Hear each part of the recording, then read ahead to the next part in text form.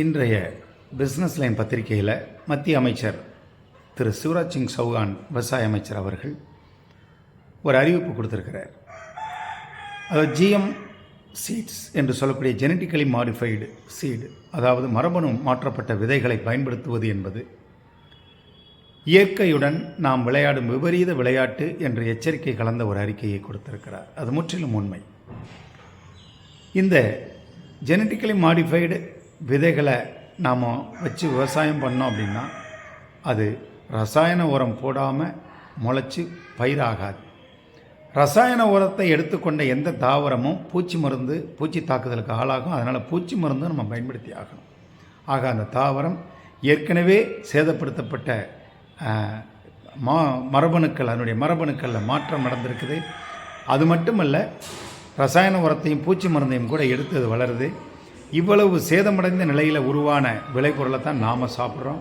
சாப்பிடக்கூடிய சாப்பாடு 7 விதமான தாதுக்களாக மாறி நம்ம உடம்பில் கடைசி தாதுக்களாக வித்து உருவாகிறது. அந்த வித்துவிலிருந்து உயிரணுக்கள் உருவாகி உடல் பூரா உயிராற்றலாக அது பயன்படுது. சேதப்படுத்தப்பட்ட ஜீன்கள் அடங்கிய அந்த உணவு தானியத்தை உண்ணும் பொழுது நம்ம உடம்புலையும் ஜீன்கள் சேதமாகுது.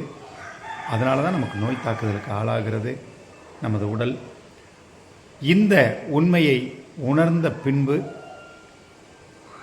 முதலாக நான் அறிந்த வரையில் சுதந்திர இந்தியாவில் ஒரு விவசாய அமைச்சர் ஜெனட்டிக்கலி மாடிஃபைடு விதைகளை பயன்படுத்தக்கூடாது அப்படிங்கிறத உறக்க சொல்லியிருக்கிறார்.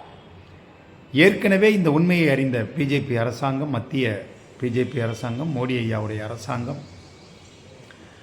இயற்கை விவசாயத்திற்கு விவசாயிகளை பழக்க வேண்டும் என்று 1 கோடி விவசாயிகளை இயற்கை விவசாயிகளாக மாற்ற வேண்டும் என்ற திட்ட முன்வரைவுகள் கொடுத்து மாநிலங்களுக்கு ஆலோசனை கொடுத்து பணமும் கொடுத்திருக்கிறது.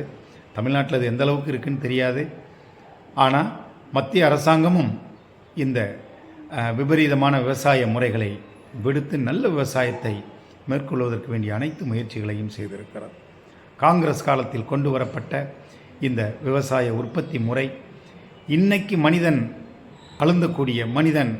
படக்கூடிய அத்தனை பாடுகளுக்கும், துயரங்களுக்கும், வறுமைக்கும், நோய்க்கும், மரணத்திற்கும் காரணமாக இருக்கக்கூடிய அந்த விவசாய முறையை மோடி ஐயாவுடைய அரசாங்கம் அடியோடு ஒழித்து நமது செம்மாந்த மரபு சார்ந்த இயற்கை விவசாயத்தை முன்னெடுத்திருப்பது வரவேற்கத்தக்கது.